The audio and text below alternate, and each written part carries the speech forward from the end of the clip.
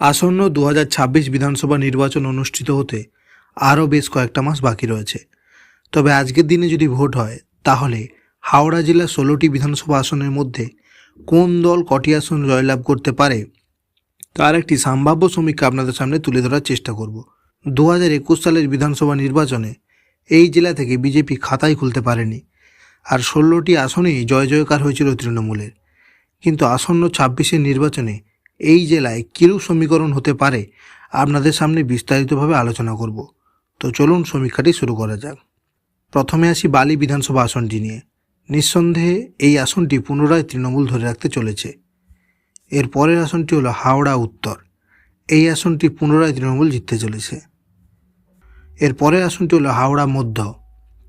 এই আসনটি পুনরায় তৃণমূলের জয়ের সম্ভাবনা রয়েছে। এর পরের আসনটি হলো শিবপুর। এখান থেকেও তৃণমূল পুনরায় জিততে চলেছে। এর পরবর্তী আসনটি হলো হাওড়া দক্ষিণ।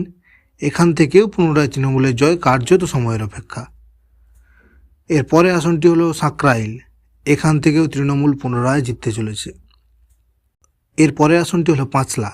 এই পাঁচলা আসনটি থেকে তৃণমূল বিপুল ভোটে এইবার জিততে চলেছে।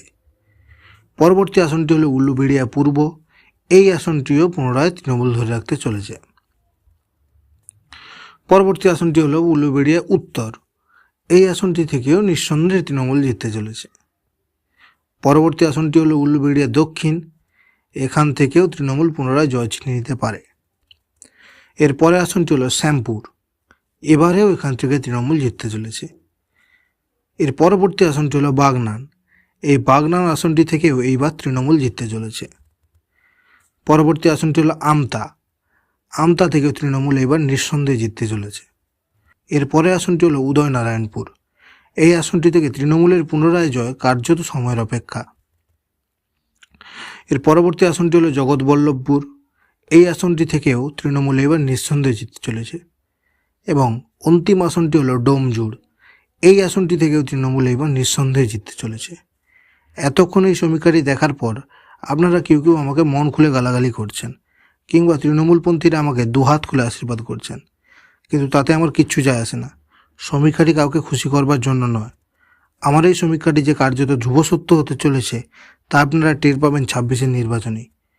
তাহলে সর্বমোট হাওড়া জেলা 16টি আসনের মধ্যে 16টিই জিততে পারে তৃণমূল কংগ্রেস। বিজেপি এবং বাম কংগ্রেস জোট এখানে শূন্যই থাকছে। আমাদের এই সমীক্ষাটি যদি আপনাদের ভালো লেগে থাকে, লাইক, কমেন্ট, সাবস্ক্রাইব করতে ভুলবেন না।